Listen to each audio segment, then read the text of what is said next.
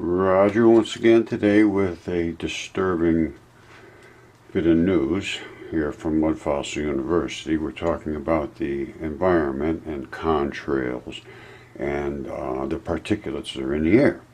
And I did a post on it. I saw a few things, and a friend of mine, Tat, sent me this video. Now I want you to listen to this, and I'm going to explain why this is happening. I think I fully understand this, and it's not good, and there's nothing I can tell you that we can do about it. Now this is from Istina Azlobada. Now here we go. The pH typically around here should be about 5.6. Well, since the contrailing got heavy, I watched the pH here in these forests, well, go up, I guess would be the word.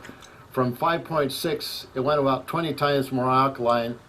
Very big red flag of fallout from these materials are pH changes to the forest floor. We have very extensive studies from the U.S. Department of Agriculture on the soils in our region, and those soils have changed in 5 to 6 years. The pHs have changed in this area as much as 10 to 12 times toward alkaline in 5 to 6 years. I've personally been in the forest testing with USDA soil scientists who just scratch their heads and seem to have no explanation for incredibly profound changes in pH, which is affecting the ecosystem here tremendously. Aluminum buffer action, aluminum hydroxide is what we think it is, plus the barium carbonate, strontium titanate, strontium oxides, barium oxides, probably some aluminum oxides in there, that this has apparently driven our acid soils about 20 times more alkaline to about 6.8. There are simply too many dots here that connect.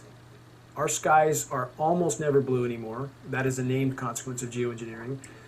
The amount of lost sunshine hitting the planet right now is beyond belief. If people look up the term global dimming, they will see that fully 20% of the sun's rays that reached the planet several decades ago are no longer reaching the planet. I mean, that's a profound change that few people even know is occurring. And you have very visible occurrences in the sky from the aircraft, a very visible sun-blocking, expanding, dingy trails that are exactly what geoengineering patents describe. Heavy aluminum, I'm talking like in the 40s and 50s up to 3,000, 4,000, 5,000. That's still common. Barium, strontium to somewhere 40 or 50 to, again, about 2,000 or 3,000. Same for both barium and strontium. Where is this mountain of metal coming from? Why is asthma, ADD, Alzheimer's, autism, all elements related in many studies to aluminum or particulate inhalation? Why are these ailments going off the charts with no apparent explanation? Why has respiratory mortality in the continental United States gone from 8th on the list to 3rd in 6 years? And no one seems to ask any questions. Why every other person has asthma now? Why every other commercial on TV is an allergy medication? And again, when David Keith, the world's most recognized geoengineer, was asked on the record, had there been any studies done as to the consequences of dumping 20 million tons of aluminum into the atmosphere, his answer was patently no. The pH typically around here should... All right, let's talk about this. Are they literally dumping aluminum in the skies? Is that admitted to? I don't know about that.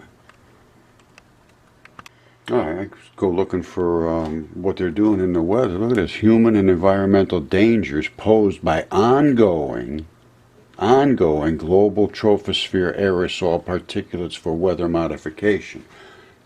Ongoing is what it says. This goes back to 2016. This is from the U.S. National Institute of Health. And then look, I come down here, retracted. Apparently they decided, oh, well, I guess they're really not doing that. Well, anyway, so they retracted it. All right, well, here you go right here, is they're talking about the chemical composition of jet fuels and so forth.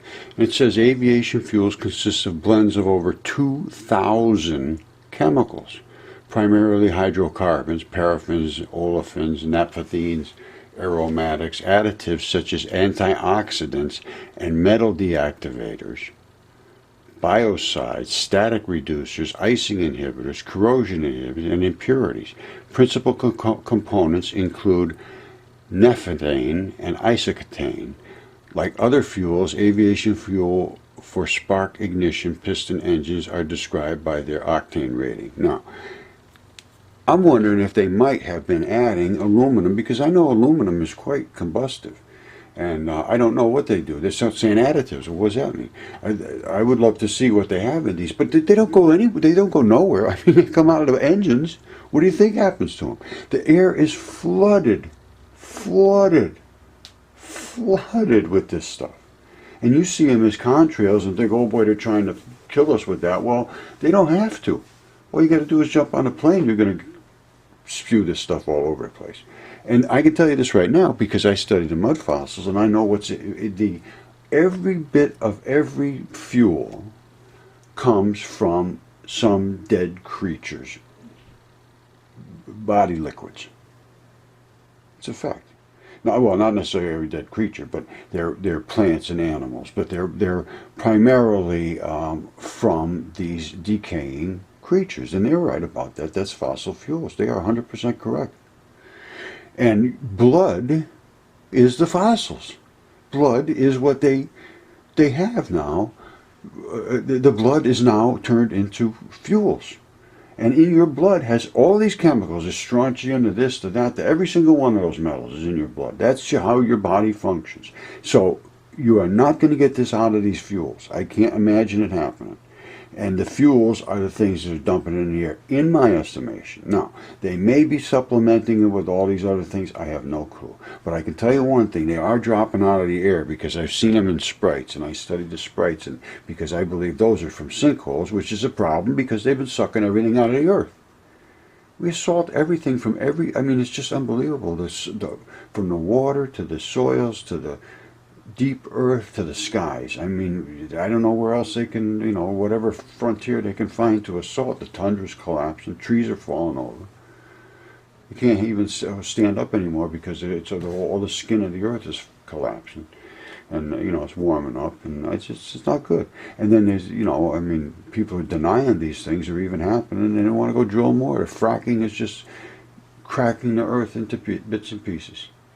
And it is a living creature. I'll tell you that right now. It's a living creature. I was just getting ready to post this up, and I see this here.